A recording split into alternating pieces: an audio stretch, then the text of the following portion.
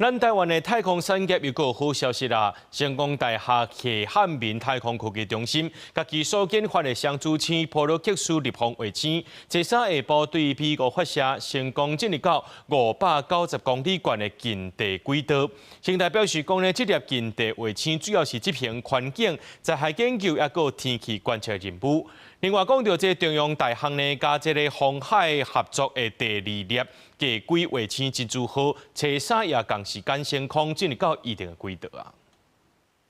To support the development of tsunami early warning systems. 火箭发射直播的解说员，那配合画面，那小解这摆卫星任务。初三，伫美国太空基地发射的 SpaceX 啦，9号火箭，咱台湾有2粒卫星伫顶悬，其中台南成功大学这粒双子星 Pollux 近地卫星，是学校开4年外，结合30几跨系所的学生甲产业界合作，对规划设计开始，一直到成功发射。校方讲，这粒卫星代表教育、科学研究甲产业发展3方面的努力，尤其是和学生实际参与卫星制作，成功替咱台湾太空产业培养人才。学生呢，透过在立方卫星的实作里面，把课堂的知识获得真实的实践，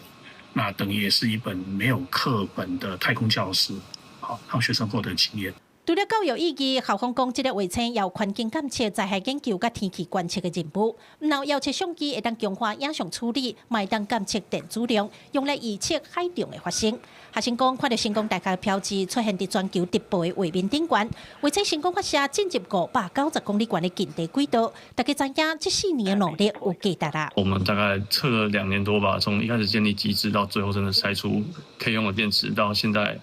电池在卫星上面有成功运作，就是很开心，我们没有白费这个努力，还有正常运作，然后没有做